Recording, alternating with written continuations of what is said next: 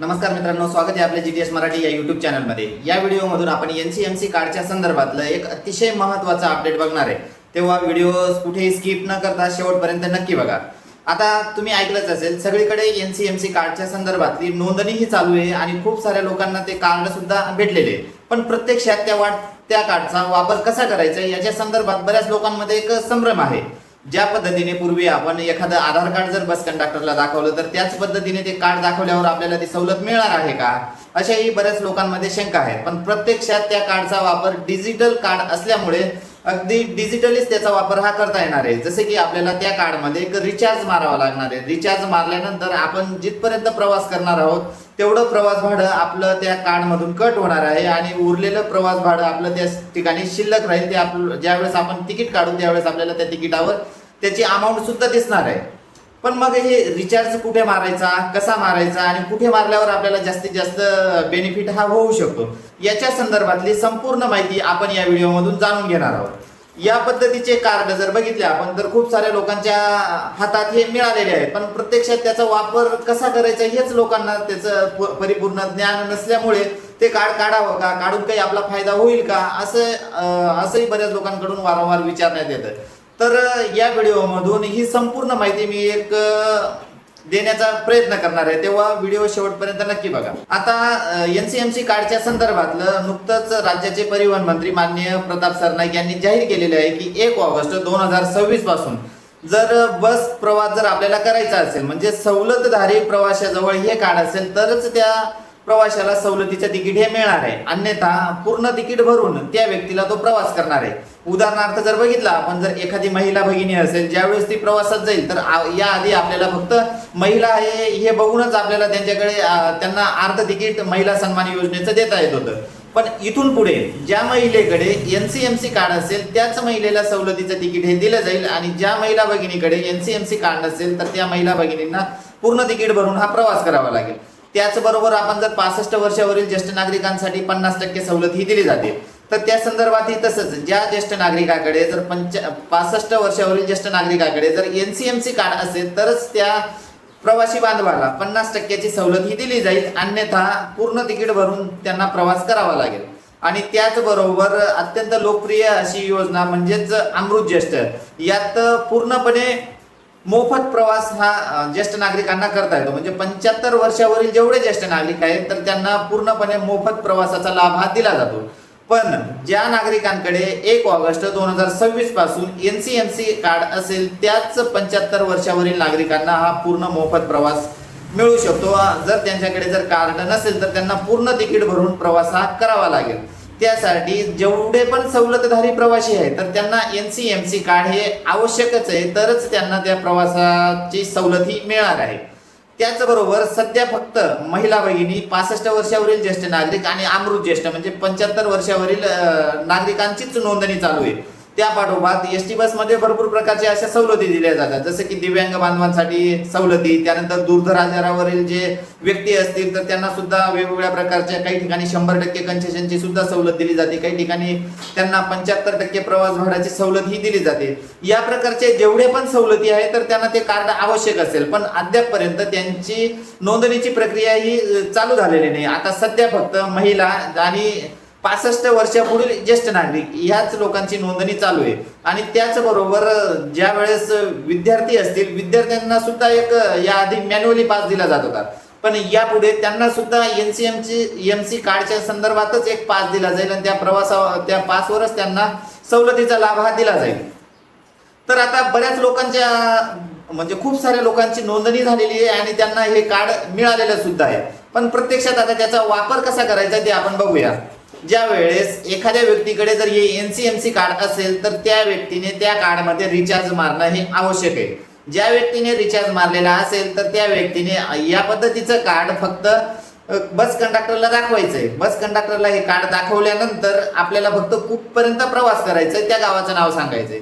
ज्या वेळेस bus conductor त्यांच्याजवळ उपलब्ध असलेल्या मशीनवर हे कार्ड अटॅच करेल त्यावेळेस आपल्या गावाचं तिकीट त्या ठिकाणावरून निघणार आहे। ते तिकीट निघाल्यानंतर आपल्या वॉलेटमधलं, म्हणजेच या कार्डमधील जे वॉलेट आहे त्याच्यातून जेवढा प्रवास आपण करणार आहोत तर तेवढं प्रवास भाडं त्याच्यातून कट होईल आणि आपल्याला त्या प्रवास भाड्याचं तिकीट सुद्धा रितसर मिळणार आहे आणि त्याच्या खालीच आपल्या कार्डमध्ये शिल्लक अमाऊंट किती आहे ती सुद्धा दिसणार आहे।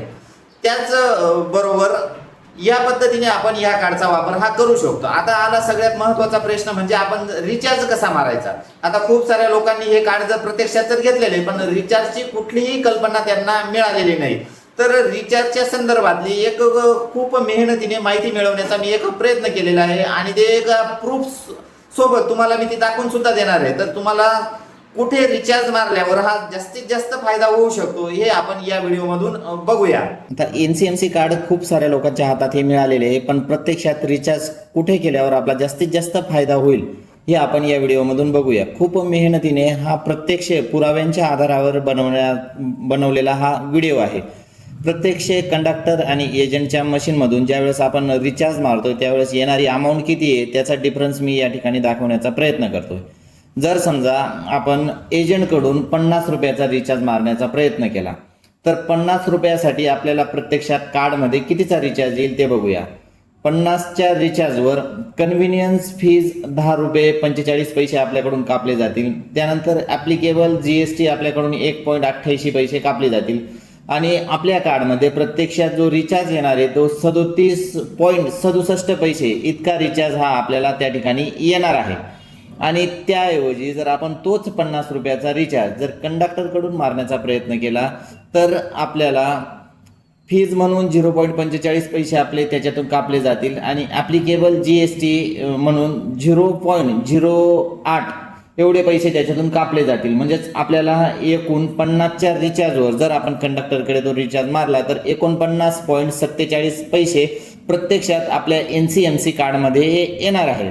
म्हणजेच एकंदरीत दोघांमध्ये मधला जर फरक आपण बघितला तर आपल्याला कंडक्टरकडे जर आपण NCMC कार्डवर 50 रुपयाचा जर रिचार्ज मारला तर एकूण 11.80 रुपयाचा फायदा हा होणार आहे। हे झालं 50 रुपयाच्या बाबतीत। तर मग 100 रुपयाच्या बाबतीत सुद्धा काही फरक पडतोय का ते सुद्धा आपण या व्हिडिओमधून बघूया। तर आपण ज्या वेळेस 100 रुपयाचा रिचार्ज एजंट किंवा कंडक्टरकडून NCMC कार्डमध्ये जर मारतोय तर त्याच्यात प्रत्यक्ष पडणारा फरक किती ते बघूया। त्यात आपल्याला कन्व्हिनियन्स फीज एजंटकडून जर रिचार्ज मारत असताना 10.90 पैसे हे आपले कापले जातील। त्यानंतर ॲप्लिकेबल GST 1.96 रुपये त्याच्यातून कापले जातील। म्हणजेच एकूण 100 रुपयाच्या रिचार्जवर आपल्या कार्डमध्ये प्रत्यक्षात 87.14 पैसे एवढी अमाऊंट ही येणारी आहे आणि तोच 100 रुपयाचा रिचार्ज आपण जर कंडक्टरकडून मारण्याचा प्रयत्न केला तर आपण ती अमाऊंट सुद्धा बघूया। त्यात फीजच्या नावाखाली आपले 0.90 पैसे हे कापले जातील आणि ॲप्लिकेबल GST 0.16 म्हणजेच एकूण 100 रुपयाच्या रिचार्जवर कंडक्टरकडून आपल्याला 98.94 पैसे हे आपल्या NCMC कार्डमध्ये क्रेडिट होणार आहे। त्यात सुद्धा आपल्याला 11.80 पैशाचा फरक पडतोय। म्हणजे 11 रुपये 80 पैसे हे आपल्याला कंडक्टरकडे रिचार्ज मारल्यावर हे जास्त मिळतील। तेच आता आपण 200 रुपयाचा जर रिचार्ज मारला त्याच्यात सुद्धा किती फरक पडतोय ते बघूया।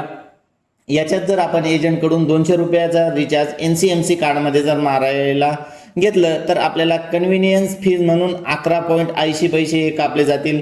त्यानंतर ॲप्लिकेबल GST 2.12 पैसे हे कापले जातील आणि प्रत्यक्षात आपल्या कार्डमध्ये येणारा जो रिचार्ज आहे 200 रुपयाचा रिचार्ज जर आपण एजंटकडे जर मारलाय तर आपल्या कार्डमध्ये 186.08 पैसे हे क्रेडिट होतील आणि तोच रिचार्ज जर आपण कंडक्टरकडून जर मारलाय तर त्यात आपल्याला फीज 1.80 रुपये त्याच्यातली कापली जाईल। त्यानंतर ॲप्लिकेबल GST 0.32 पैसे हे कापले जातील। एकूण आपल्या कार्डमध्ये जो बॅलन्स येणार आहे तो 197.88 पैसे। म्हणजेच याच्यात सुद्धा जर आपण एजंटऐवजी जर कंडक्टरकडूनच आपल्या NCMC कार्डमध्ये जर रिचार्ज केला याच्यात सुद्धा आपल्याला 11 रुपये 80 पैशांचा हा फायदाच आहे। तर आपण तीच अमाऊंट बघूया। 500 रुपयाची अमाऊंटवर आपल्या प्रत्यक्षात कार्डमध्ये किती पैसे येतील आणि एजंटकडून मारलेलं फायदेशीर असेल किंवा कंडक्टरकडून ते सुद्धा आपण या व्हिडिओमधून बघूया। यात पहिल्यांदा आपण एजंटकडून येणारी जी अमाऊंट आहे ती बघूया। यात 500 रुपयाचा जर रिचार्ज आपण एजंटकडून मारायला गेलो तर आपल्याला कन्व्हिनियन्स फीज म्हणून 14.50 रुपये हे कापले जातील. ॲप्लिकेबल GST 2.61 पैसे हे कापले जातील आणि प्रत्यक्षात आपल्या कार्डमध्ये जो येणारा जो रिचार्ज आहे 482.89 पैसे हे आपल्या कार्डमध्ये येतील.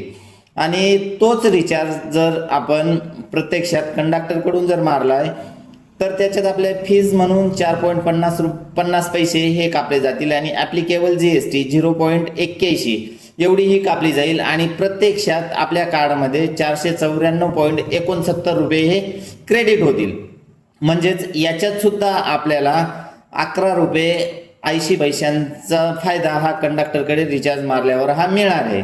एकंदरीत आपण या व्हिडिओमधून प्रत्यक्षात कंडक्टरकडे रिचार्ज मारलेला फायदेशीर असेल किंवा एजंटकडे रिचार्ज मारल्यावर फायदेशीर आहे ही सर्व माहिती आपण या व्हिडिओमधून बघण्याचा प्रयत्न केलेला आहे. पण प्रत्यक्षात आपण प्रत्येक अमाऊंटवर ज्या वेळेस आपण कंडक्टरकडून रिचार्ज मारतोय त्यावेळेस आपल्याला 11.80 पैशाचा फायदा होताना हा दिसतोय आणि प्रत्यक्षात किती अमाऊंटचा रिचार्ज केल्यावर आपल्या कार्डमध्ये किती पैसे येतात हे सुद्धा बघितलेलं आहे आपण. अशाच प्रकारे तुमच्या मनात सुद्धा अजून जर काही NCMC कार्डच्या रिचार्ज संदर्भात काही शंका असतील तर नक्कीच कमेंटमध्ये विचारा. आपण प्रत्येक शंकांना उत्तर देण्याचा नक्कीच प्रयत्न करू. धन्यवाद मित्रांनो.